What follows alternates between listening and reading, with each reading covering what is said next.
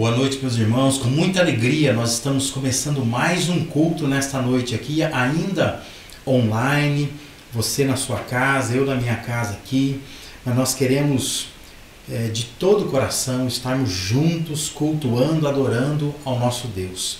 Mateus capítulo 5, verso 8, são palavras de Jesus que dizem assim: bem-aventurados os puros de coração, pois verão a Deus. Que você cultue a Deus nessa noite, com toda a pureza de coração, que você busque santidade nesta noite, e a minha oração é que você consiga ver Deus, ter um encontro com Deus, enxergar Deus nesta noite por meio desse culto aqui. Deus te abençoe e bom culto a todos.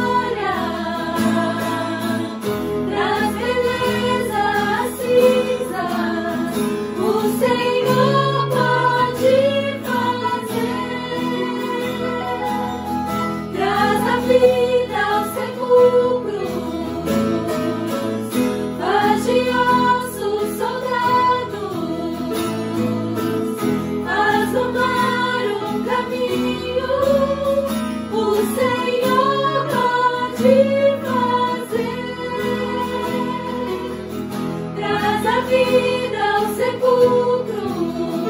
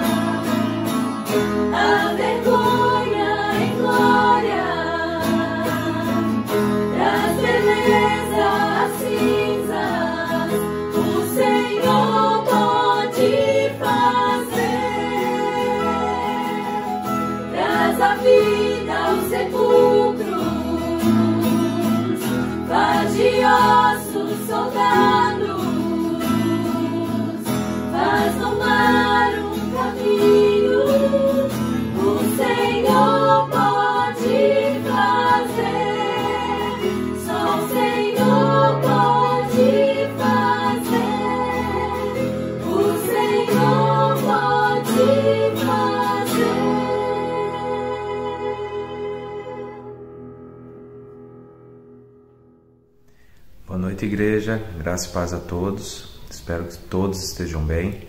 Estamos aqui para ler uma passagem da Bíblia para vocês. Minha esposa Giovana vai estar compartilhando conosco a palavra. Boa noite a todos. Estarei lendo para vocês 1 Pedro, capítulo 1, versículo de 14 a 16. Como filhos obedientes, não deixem amoldar pelos maus desejos de outrora, quando viviam na ignorância. Mas assim como é santo aquele que os chamou, sejam santos vocês também em tudo o que fizeres, pois está escrito: sejam santos porque eu sou santo.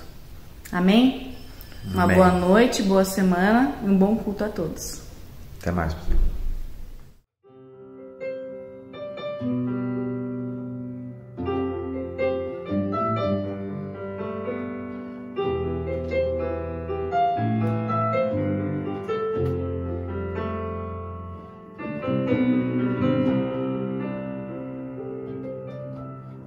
Sonda-me, Senhor, e me conhece. Quebranta o meu coração.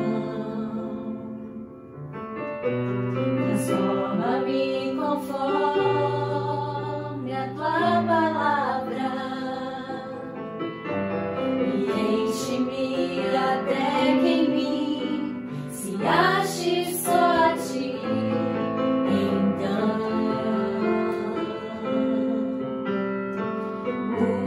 usa-me, Senhor.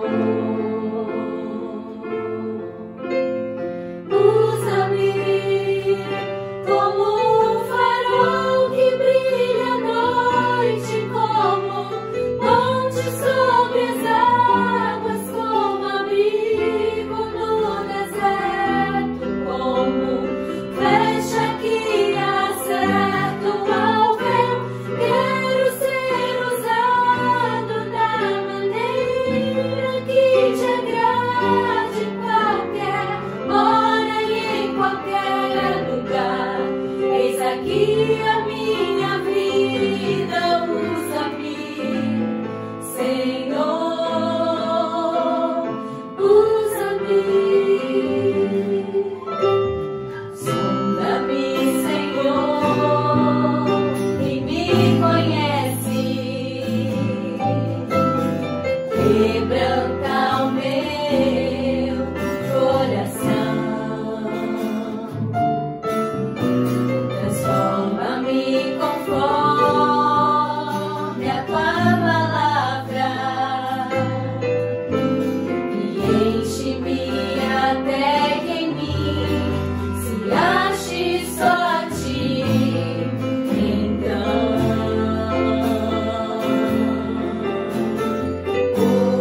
usa-me, Senhor. Usa-me como um farol que brilha à noite, como ponte sobre as águas, como abrigo num deserto, como flecha que acerta o alvo.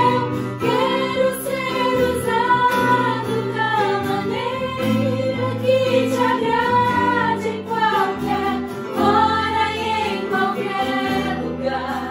Eis aqui a minha vida, usa-me, Senhor, usa-me. Sonda-me,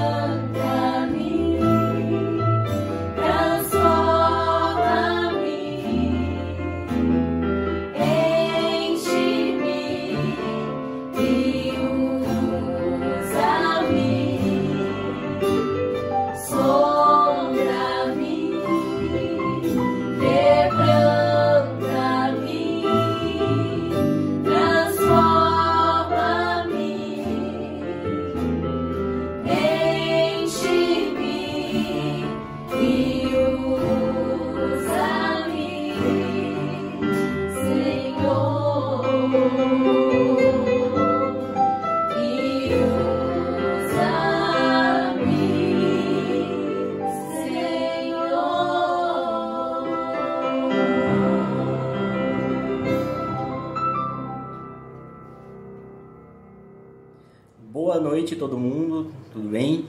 Boa noite. Boa noite, igreja, tudo bom? Vamos aqui fazer a oração. Ainda podemos nos reunir assim, de forma online, né? Infelizmente ainda não podemos nos reunir presencialmente, mas logo creio que já vai passar tudo isso. Vamos estar orando então. Amado Deus, amado Pai, obrigado por mais um dia de vida que o Senhor nos concedeu, por mais uma chance de estarmos louvando o Seu nome, ainda por essa forma tão distante, mas esperamos que logo possamos estar todos juntos em comunhão, Pai.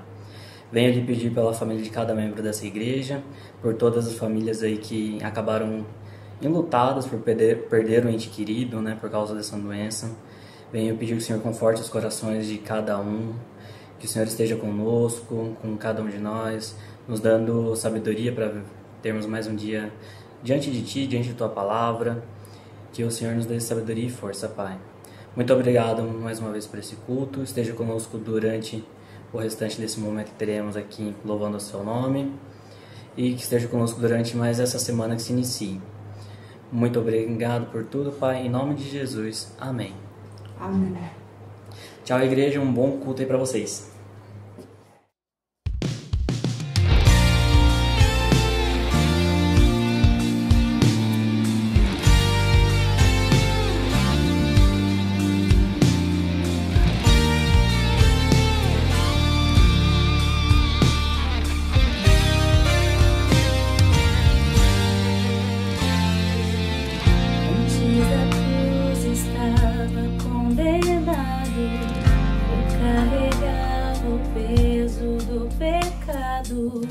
Até que Deus me concedeu a chance de ser regenerado. Antes da cruz estava separado, o véu ainda não tinha se rasgado. De um lado eu, do outro Deus, mas pela cruz fomos aproximados. Depois a cruz do Salvador mudou a história de um pecador que era eu, longe de Deus, mas pela graça salvação concedeu. Depois da cruz do Salvador, os sonhos mortos de um sonhador.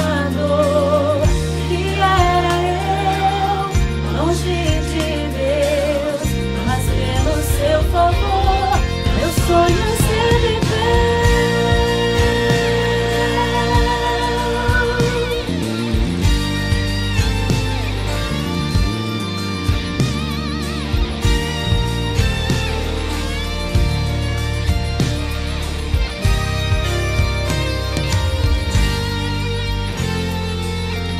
Antes da cruz estava condenado, eu carregava peso do pecado, até que Deus me concedeu a chance de ser regenerado.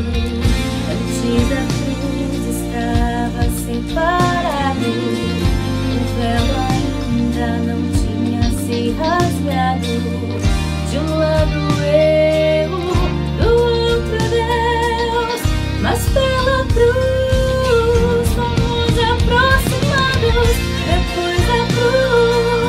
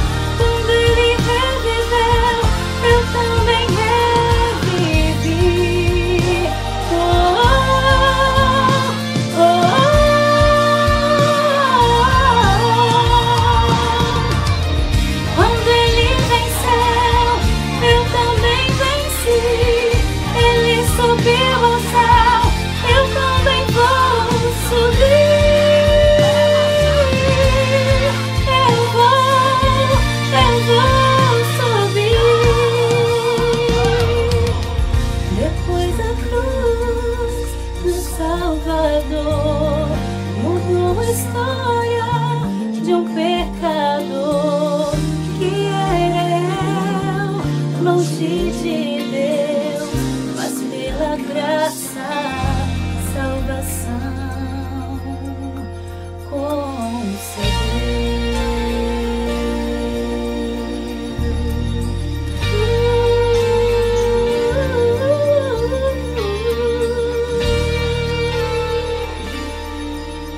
depois da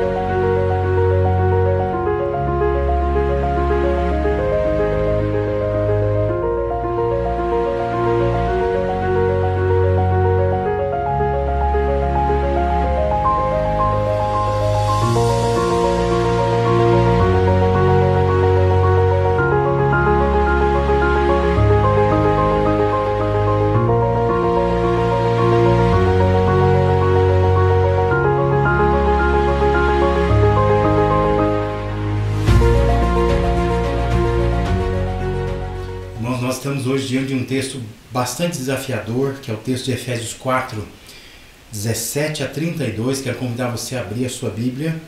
Nós vamos hoje falar sobre esse tema, vivência e santidade, mas eu quero inicialmente aqui ler apenas os versos 17 a 20. Eu peço que você acompanhe na sua Bíblia aí. Diz assim: assim eu lhes digo e no Senhor insisto, que não vivam mais como gentios que vivem na futilidade de seus pensamentos. Eles estão obscurecidos no entendimento e separados da vida de Deus por causa da ignorância em que estão, devido ao endurecimento dos seus corações.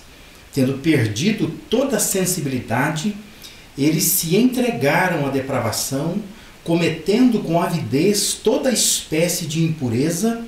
Todavia, não foi assim que vocês aprenderam de Cristo. Nós estamos estudando essa carta de Paulo aos Efésios, que tem sido um conteúdo rico, de ensinamentos para nós. Temos insistido nessa questão de que a carta tem duas grandes divisões. Uma divisão dos capítulos de 1 a 3, que são conceitos que nós precisamos reconhecer, eles existem, coisas que Deus estabeleceu, coisas que Deus fez por nós. E os capítulos de 4 a 6, que são as práticas esperadas de nós, que Deus espera que a gente possa andar nessas práticas, viver essas práticas, que é a segunda parte dessa carta aí. Nós já vimos toda a primeira parte, nós já entendemos tudo que Deus já fez em Cristo e enfatizamos que esses conceitos bastam ser reconhecidos por nós, compreendidos por nós, são trilhos que Deus já traçou, são coisas firmadas já por Deus e nós então precisamos apenas reconhecer essas coisas. Toda essa primeira parte, dos capítulos de 1 a 3, declara o que Deus precisou fazer, como que Deus agiu, nos dando uma posição em Cristo. Posição de salvos, regenerados, redimidos, ressuscitados com Cristo e, portanto, vivos e, mais que isso, portadores de um poder divino que Deus confia aos seus escolhidos. Nós estamos nessa segunda parte da carta, onde Paulo ele discorre o que nós então precisamos fazer para ajustar a nossa existência a esses trilhos que Deus já firmou. Falamos já na semana passada que o versículo 1 é uma espécie de princípio geral. Quando Paulo está dizendo, 1 do capítulo 4, quando está dizendo assim: como prisioneiro no Senhor, rogo-lhes que vivam de maneira digna da vocação que receberam. Essa é o que nós podemos chamar de uma exortação maior, uma grande exortação. E Paulo, então, ele vai, a partir dessa grande exortação, ele vai delinear outras exortações menores, que na verdade são esses vários espaços, ou instâncias da vida onde nós precisamos fazer alguma adequação a esse padrão de Deus. Falamos já também na semana passada que que o que Deus espera é que nós tenhamos uma postura de acordo com a patente que nós recebemos, ou que a nossa caminhada seja correspondente à chamada, à vocação que Deus nos fez. Então, nós somos privilegiados, não é? É isso que o capítulo de 1 a 3 vão revelar. Nós temos o privilégio de experimentarmos coisas que Deus nos permite experimentar. Nós fomos colocados nas regiões celestiais em Cristo. Mas a partir do capítulo 4, Paulo nos exorta para assumirmos a nossa responsabilidade, colocando a nossa postura, a nossa caminhada de acordo com a chamada ou com a patente que nós recebemos. Falamos já também que o primeiro espaço onde Deus quer que a nossa postura ela venha a se adequar à nossa patente é a vida em comunidade, né? Essa vida comunitária no âmbito da igreja, não necessariamente a comunidade no sentido social. Mas o segundo espaço que Deus espera que a gente aplique esses princípios, né, que estão colocados na carta de Paulo aos Efésios, a partir do capítulo 4, é a vida pessoal ou a vida privada, a vida mais particular, a vida mais íntima de cada um. Então, olhando para esse trecho de Efésios 4, 17 e 32, o que nós podemos destacar? Primeiro eu quero que você entenda que as palavras de Paulo são orientadoras, as palavras de Paulo são instrutivas, elas não são somente condenatórias. Paulo mostra o caminho da santidade e não somente a aversão divina ao pecado humano. Claro que Deus tem aversão ao pecado, claro que Deus condena o pecado, mas esse trecho da carta de Paulo aos Efésios é extremamente instrutivo, orientador. Paulo está mostrando o caminho da santidade, como nós, sendo pecadores, humanos, pessoas comuns, mas redimidas por Cristo, como é que nós podemos trilhar esse caminho da santidade. O que o texto aponta então? Em primeiro lugar, o texto aponta um modelo a seguir, mostrando com uma certa insistência essa troca de modelo, né? O que não devemos seguir para então seguir alguma coisa. Observe comigo, nós já lemos no início, né, esses versos de 17, aliás, até o versículo 20, Paulo ele diz, olha, eu digo para vocês e diante de Deus eu estou insistindo com vocês, e ele insiste, se você quer grifar na sua Bíblia, que não vivam mais como gentios.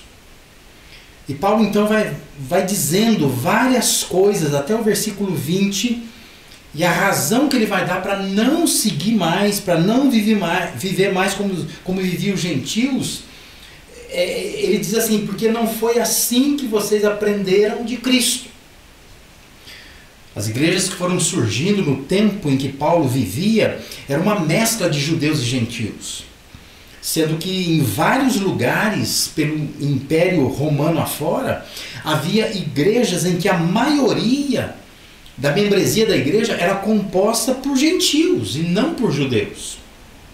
O que ocorria em larga escala era que as pessoas simplesmente adicionavam uma dose de religião cristã às suas vidas, sem se abdicar de nada, sem abandonar nada, sem deixar a sua forma de pensar, de enxergar as coisas, sem desistir da maneira de fazer as suas escolhas, sem mudança de coração e de mente, consequentemente sem transformação de vida.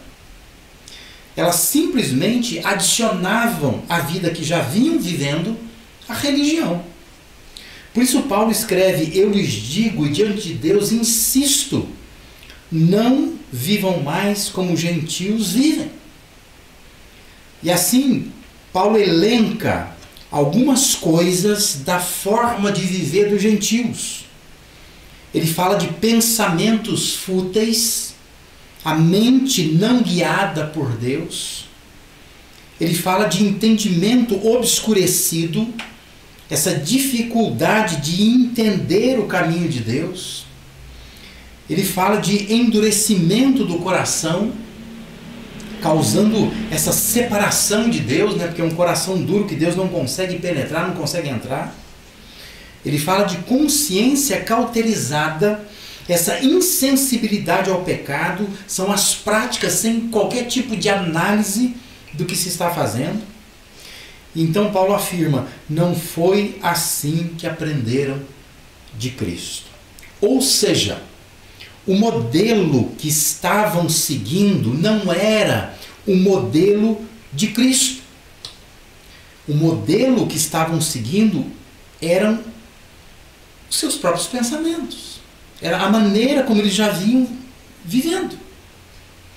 Por isso, há muitas vozes hoje, em nossos dias, nos alertando que nós podemos estar com o Evangelho na mão, mas não com os pés no Evangelho. Justamente por isso que Paulo está dizendo aqui. Isso porque pessoas estão vindo para o cristianismo sem qualquer transformação de vida. Tão somente as pessoas acabam vindo para o cristianismo, adicionando à vida delas algumas atividades cristãs na vida que elas já vinham levando. Não há alteração de rota, não há mudança de pensamento, não há mudança de vida. Simplesmente elas passam a frequentar alguns cultos, passam a fazer algumas leituras, algumas orações, praticar algumas coisas ensinadas na religião que elas estão seguindo, na igreja que estão participando. Essa é a primeira coisa que o texto aponta. Há um modelo correto a se seguir. Se queremos ter uma postura à altura da patente que Deus nos confere em Cristo, nós precisamos assumir a responsabilidade de seguir o modelo correto. Não podemos viver da maneira como nós achamos que podemos viver. Não é simplesmente adicionar à vida que a gente já vinha tendo algumas coisas religiosas. É mais que isso. Não é só ter o Evangelho na mão, é preciso colocar os pés no Evangelho. É preciso inserir o Evangelho na vida e transformar a vida toda. Mas isso depende muito do modelo que nós estamos seguindo. Em segundo lugar, esse texto aponta para o mecanismo a entender. Existe um mecanismo que Paulo vai descrever aqui, que ele quer que nós entendamos, que está nos versos 21 a 24. Quando Paulo diz, de fato, vocês ouviram falar dele, de Jesus, não é? De Cristo. E nele foram ensinados de acordo com a verdade que está em Jesus. Quanto à antiga maneira de viver, vocês foram ensinados a despir-se do velho homem que se corrompe por desejos enganosos, a serem renovados no modo de pensar e a revestir-se do novo homem criado para ser semelhante a Deus em justiça e em santidade provenientes da verdade. O que Paulo está lembrando aqui é que foram ensinados de acordo com a verdade. E o que eles foram ensinados de acordo com a verdade? Eles foram ensinados a despir-se do velho homem, a serem renovados no modo de pensar e a revestir-se do novo homem. Observe que é um mecanismo de transformação completa. Há coisas que precisamos abandonar. Há um modo de pensar que precisa ser aprendido, adotado. E há coisas que nós precisamos agregar. A imagem invocada aqui pelo apóstolo Paulo é simples. É a troca de roupa. Ele está dizendo, é preciso tirar a roupa velha e é preciso colocar uma roupa nova. Mas entre o tirar e o colocar, ou entre o despir e o vestir, é preciso ter um novo pensamento. Um pensamento renovado que ajuda a abandonar algumas coisas e que oferece suporte para adicionar as novas coisas que Deus quer. A busca pela compreensão do mecanismo de transformação que Deus espera de nós é uma postura adequada à patente que Deus nos deu em Cristo. Eu queria muito que você entendesse nesta noite, não confunda o venha como está com o fique como está. Tem muita gente confundindo isso, né? Deus nos convida, venha como você está. Você não precisa mudar de vida primeiro para seguir a Cristo. Você pode vir como está. Isso é bíblico, você consegue sustentar isso em vários textos na Bíblia. Mas isso é muito diferente com a ideia de fique como está. Com a ideia de que Deus não se importa com a maneira com que você vive. Não. Nós precisamos entender esse mecanismo, o mecanismo de transformação. O autor Max Lucado, ele escreveu: Deus o ama tal como você é, mas Deus se recusa a deixá-lo assim. E ele termina dizendo: Ele quer que você seja simplesmente como Jesus. Deus aceita como nós somos, mas não nos deixa como nós estamos. É importante que a gente tenha essa compreensão. Existe um mecanismo que Deus quer que a gente entenda. O mecanismo de coisas a serem deixadas, coisas a serem colocadas. No meio disso tem um pensamento renovado que te ajuda a pensar o que eu preciso abandonar e te ajuda a decidir o que eu preciso assumir ou escolher de novo para a minha vida. Esse é o mecanismo de transformação. Aí Paulo então parte para a última parte, né, desse texto aqui, que além dessas coisas que nós já falamos aqui, que o texto aponta, o texto também aponta para uma mudança a praticar. Quero que você me siga com toda atenção a parte final desse capítulo 4, que é onde a mudança se concretiza, se realiza, se cristaliza. Paulo usa certo jeito de orientar que é preciso se atentar para entender. Primeiro, quando ele usa a expressão portanto, no versículo 25, ou dependendo da tradução que você tem em mãos, por isso, é preciso olhar para o verso anterior para entender, portanto, do que, né? Por isso, por causa do que. E aí você olha no versículo anterior, versículo 24, ele vai dizer que nós somos chamados a revestir-nos do novo homem, criado para ser semelhante a Deus em justiça e santidade, provenientes da verdade. Aí ele diz: portanto, já que é assim, cada um de vocês deve. Consegue notar isso, né? Essa é a transição de uma parte para outra. Paulo está dizendo: nós somos chamados a nos revestir do novo homem. É isso que Deus espera de nós. Esse novo homem é criado para ser semelhante a Deus em justiça e em santidade, que vem da verdade, aprendendo com a verdade. Aí Paulo diz assim: portanto, por isso, já que é assim, cada um de vocês deve fazer algumas coisas.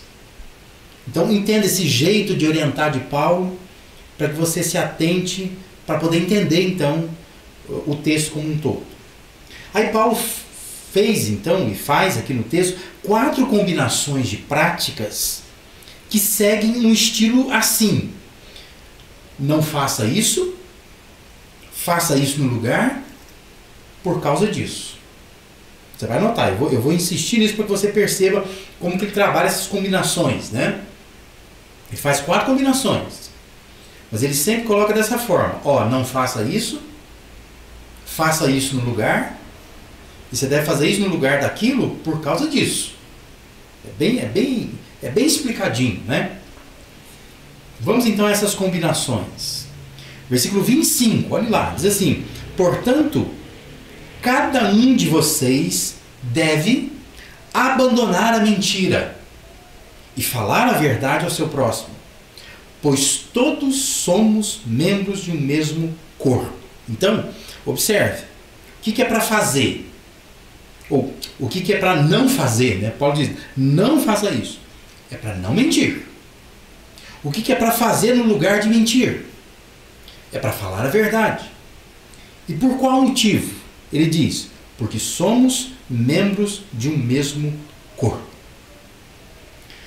O mentiroso, ele só deixa de ser mentiroso quando ele fala a verdade. Há vários modos de mentir, não é? A gente pode falsear a verdade, a gente pode exagerar uma verdade, que também é mentira. Você pode dizer a verdade numa parte dela só, omitir o resto. Você pode se calar quando devia falar, omitindo então a verdade. Nós sabemos que mentir tem várias formas, né? Vários jeitos, vários modos de mentir. Paulo diz que a nova pessoa criada para ser semelhante a Deus em justiça e santidade, não mente, mas fala a verdade por não querer prejudicar outras pessoas, ou até por querer ajudar outras pessoas. De modo que a verdade é uma dívida que o cristão tem para com os outros. Essa é a razão que Paulo está dando aqui. Não minta. Abandone as mentiras, abandone esse jeito que a gente tem muitas vezes de falsear a verdade, de dizer a verdade em partes, de mentir às vezes escancaradamente, de se calar quando deveria falar. Paulo diz, esse homem, essa pessoa criada para ser semelhante a Deus, essa nova pessoa criada em justiça e santidade, ela não vive na mentira, mas ela fala a verdade, porque ela entende que falar a verdade vai ajudar as pessoas, enquanto falar a mentira prejudica as pessoas. Essa é a primeira mudança na prática que Paulo está apontando aqui para nós. A segunda combinação está descrita nos versículos 26 e 27. Paulo diz, quando vocês ficarem irados, não pequem. Apaziguem a sua ira antes que o sol se ponha. E não deem lugar ao diabo. Conforme a tradução que você usa, aí pode dizer assim, irai-vos e não pequeis. Aí a gente fica num certo conflito, né? É para irar ou é para não irar, né? Como é que é isso? A questão é que tem 2 tipos de ira. Nós podemos sentir uma ira justa, uma justa indignação pela injustiça, pela afronta a Deus, pela distorção da verdade e por outros motivos justos. Nós podemos nos irar diante disso, nos indignar diante disso. Lembra que o próprio Jesus, ele purifica o templo, ele fica indignado quando ele vê que transformaram a casa de Deus em um lugar de salteadores, como ele diz, né? Era para ser uma casa de oração e se transforma em comércio. E Jesus fica irado com isso, mas ele não pecou. Essa é a chamada ira justa. A ira que tem como motivo uma causa justa, uma indignação justa. Mas nós podemos pecar, né? Irando, como resultado de uma frustração pessoal, que acaba se transformando num rancor, numa mágoa, num ódio e por aí vai. Essa é a chamada ira pecaminosa, ira injusta. Então Paulo está dizendo, você pode irar, mas não pecar irando, né? Se a ira for justa, se ela tiver como motivação alguma causa que não seja você mesmo, é uma ira não pecaminosa. Mas se a ira é como resultado de uma frustração pessoal, é autodefesa, e com isso você transforma a ira num rancor, numa mágoa, num ódio, aí você está pecando. Então observe, o que é para não fazer? É para não permitir que no teu coração haja uma ira pecaminosa. O que é para fazer no lugar? É para irar de uma forma justa. É para se indignar por boas causas, Paulo está dizendo. Por qual motivo? Porque Paulo está dizendo que é preciso resolver as mágoas antes que o sol se ponha. E com isso não dá lugar ao diabo. Presta atenção numa coisa, gente irada, gente magoada, gente rancorosa, vingativa, acaba sendo instrumento nas mãos de Satanás. E Paulo está chamando atenção para isso. Paulo está dizendo que a nova pessoa, a pessoa criada para ser semelhante a Deus em justiça e santidade, não dá lugar ao diabo. Ela mantém a ira no coração, mas resolve, ela não mantém, aliás, a ira no coração, mas ela resolve os seus rancores.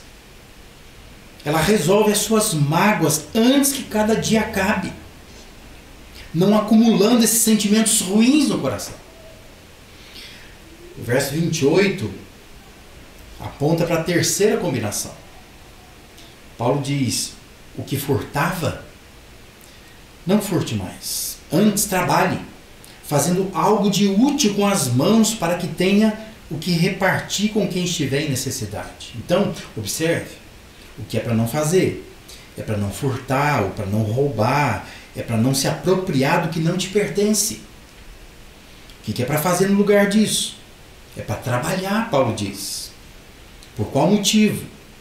Porque é preciso se ocupar com algo útil e ter condições de repartir com quem tiver necessidade.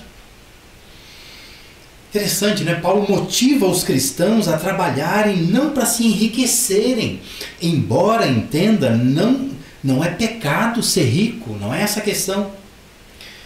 Mas Paulo está motivando os cristãos a trabalharem para ter condições de ajudar outros. É uma visão altruísta e não egoísta. É uma motivação extremamente elevada que Paulo coloca aqui para o cristão. Paulo diz que a nova pessoa, a pessoa criada para ser semelhante a Deus em justiça e santidade, ela não rouba, mas ela trabalha honestamente. E não para alimentar o seu próprio ego, mas essa nova pessoa, criada para ser semelhante a Deus em justiça e santidade, ela trabalha para abençoar e para ajudar outras pessoas. Olha quanta mudança prática que Paulo está sugerindo aqui. Ele está apontando para isso, né? Nós precisamos trocar o modelo, nós precisamos entender o mecanismo, mas aqui ele está dizendo, olha, são essas mudanças que pessoas que têm a patente de Deus precisam provocar em suas vidas. E a quarta combinação de práticas que Paulo está fazendo aí está no versículo 29. Paulo diz, nenhuma palavra torpe saia da boca de vocês, mas apenas a que for útil para edificar os outros, conforme a necessidade, para que conceda graça aos que ouvem. Então observe, o que é para não fazer? É para não usar palavras torpes. Significa o quê? São as palavras desnecessárias, palavras vazias, palavras inúteis, palavras que não precisam ser ditas. Sei que você já ouviu, né, que a palavra torpe, na língua grega, tem a ver com fruto podre ou com peixe podre. Mas entenda que o sentido da palavra não tem muito a ver com o cheiro da coisa, né? Com o estado da coisa, mas tem a ver com a utilidade daquela coisa, né? Daquele fruto, daquele peixe. Coisa que é inútil, então eu posso descartar, né? Porque senão você fica associando sempre palavra torpe com palavrões, com xingamentos, e não é necessariamente isso. A ideia aqui são palavras desnecessárias, palavras nulas, vazias, inúteis. Sabe aquela coisa que podia ter ficado calado, falei, não precisava ter falado? E não foi nada de palavrão, nada de xingamento, é apenas uma palavra fora de hora. Então, o que é para não fazer? Não faça isso. Não use a boca, a língua, as palavras de qualquer maneira. Isso é palavra torpe. O que é para fazer no lugar? Paulo diz que é para falar apenas o que for útil para edificar. Para fazer isso no lugar. Por qual motivo? Ele diz, para que conceda graça aos que a ouvem, que ouvem essas palavras ou essa palavra. Suas palavras podem ferir pessoas, ou as suas palavras podem abençoar pessoas. Paulo diz que a nova pessoa, a pessoa criada para ser semelhante a Deus em justiça e santidade, ela não usa palavras de modo pecaminoso, cruel, ferino, mas ela faz da sua boca uma fonte que jorra bênçãos de motivação, de encorajamento, de estímulo, de edificação para as pessoas. Bonito isso, né? Pensar que a preocupação de Deus e do apóstolo Paulo com essa nossa postura diferenciada, à altura daquilo que Deus quer, da patente que Ele nos conferiu, envolve também as nossas palavras. Deus deseja que nós venhamos abençoar pessoas e não desestimular, desencorajar, desmotivar, ferir, ser cruel com elas. Os demais versículos eu não vou destrinchá-los aqui por uma questão de tempo, mas cabe saber que eles são um resumo conclusivo. Versos 30 a 32, Paulo diz assim: não entristeçam o Espírito Santo de Deus, com o qual fostes selados para o dia da redenção. Livrem-se de toda amargura, indignação e ira, gritaria e calúnia, bem como de toda maldade. Sejam bondosos e compassivos uns para com os outros, perdoando-se mutuamente, assim como Deus perdoou vocês em Cristo. É um resumo conclusivo, né? Paulo está dizendo que se a gente não se atentar ao modelo correto, se a gente não se atentar ao mecanismo, como é que essa mecânica, que eu preciso tirar o que é velho, colocar algo novo, uma mudança de pensamento. E se eu não me empenhar para que se concretize uma mudança na minha vida, colocando, inserindo práticas novas, substituindo, né? Tira uma coisa, põe uma outra coisa no lugar.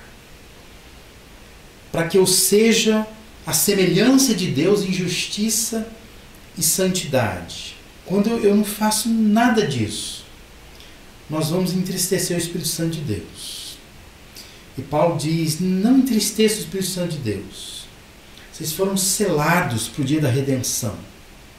Então tira toda amargura, indignação, ira, gritaria, calúnia, toda maldade. No lugar disso, veja que é a mesma técnica que ele usa, né?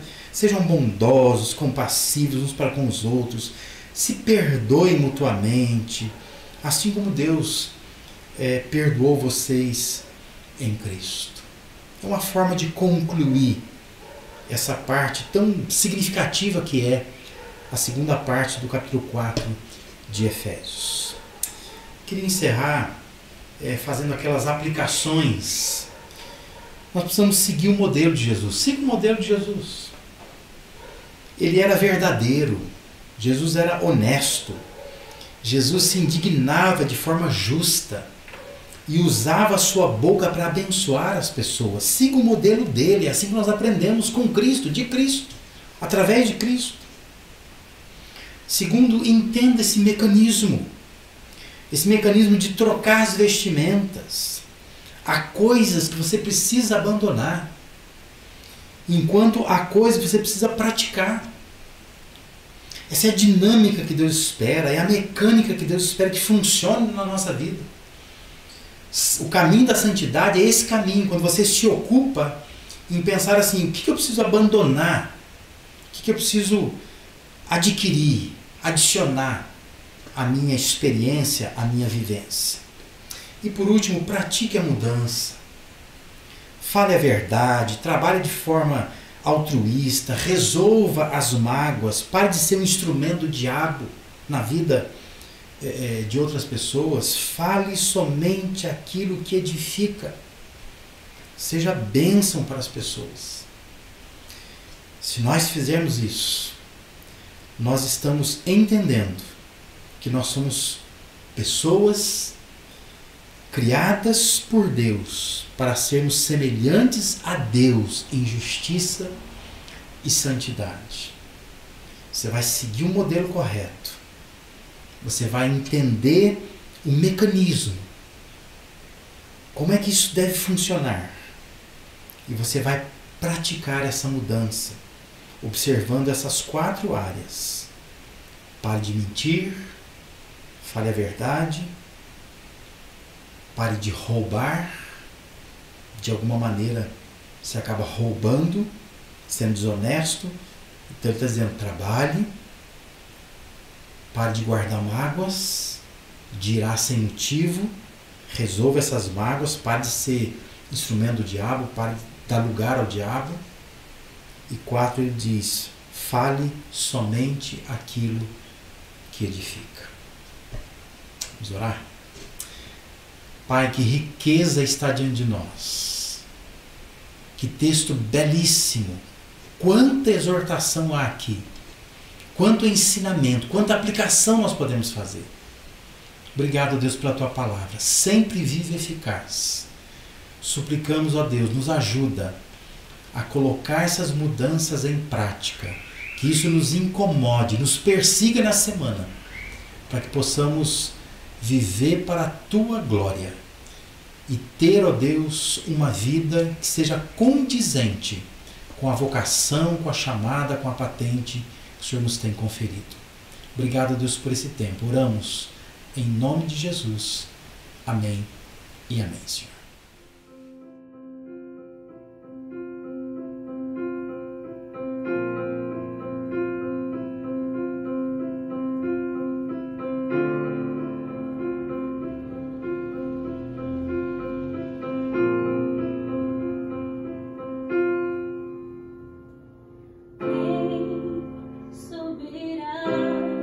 Ao monte do Senhor.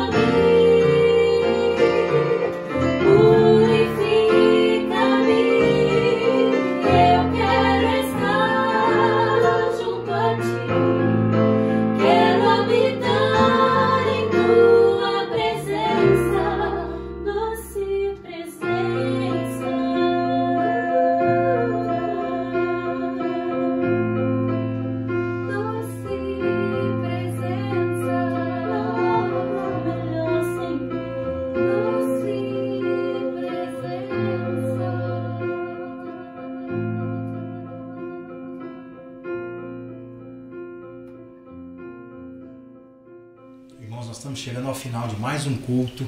E eu quero agradecer de coração a sua presença comigo aqui, né? Os irmãos não imaginam como é difícil, né? Esse tempo, a gente ficar aqui falando para uma câmera, e o que nos conforta é saber que você está do lado de lá, assistindo, interagindo através do nosso chat. Isso nos anima, nos encoraja a pensar que em breve nós queremos voltar aos nossos cultos presenciais. Se você está aqui pela primeira vez, eu quero te convidar a se inscrever no nosso canal, ativar o sininho para que você receba notificações cada vez que entrar algo novo no nosso canal do YouTube.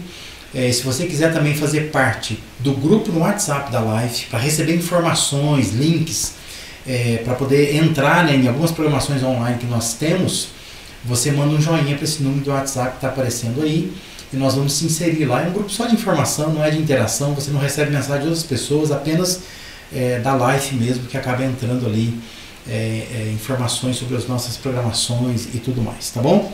Eu também quero lembrar os irmãos que estão fazendo a classe de batismo. Nós temos um último encontro, terça-feira agora, encontro importante que nós vamos estar apresentando toda a dinâmica de funcionamento da Life. É importante todos participarem.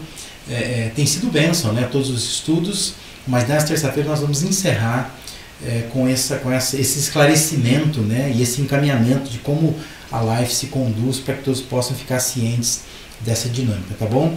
Na quinta-feira temos a nossa pausa Life. Participe, tem sido um tempo muito precioso de oração, de encontro, de compartilhar. Participe você também às 20 horas pelo Google Meet, você pode entrar, participar.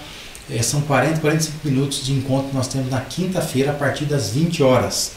Também temos no domingo às 9 da manhã a nossa Life Educa, que é essa nossa escola bíblica online. Você pode participar de uma classe ou de Antigo Testamento ou de Novo Testamento. Eu quero convidar para você fazer isso já domingo que vem.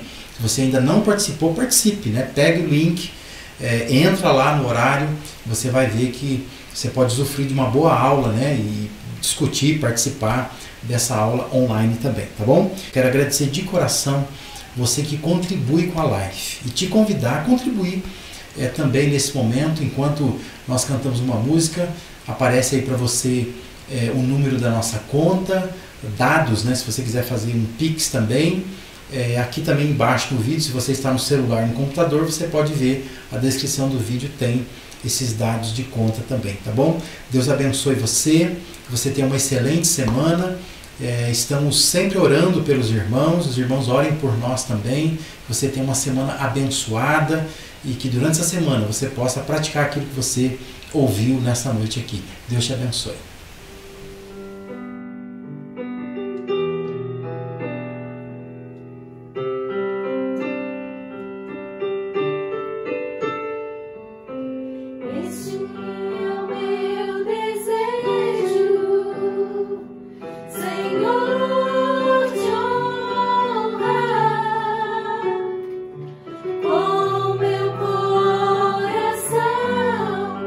Te adorar.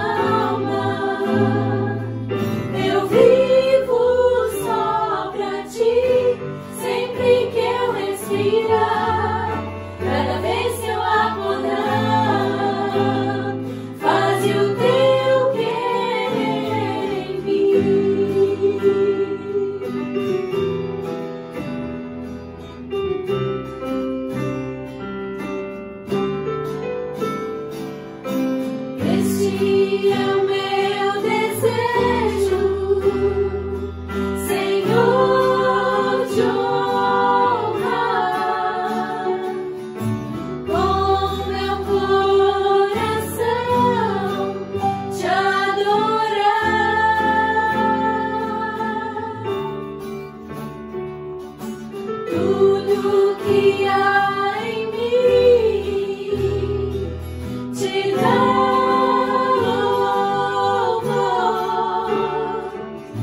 só te adoro, meu Senhor.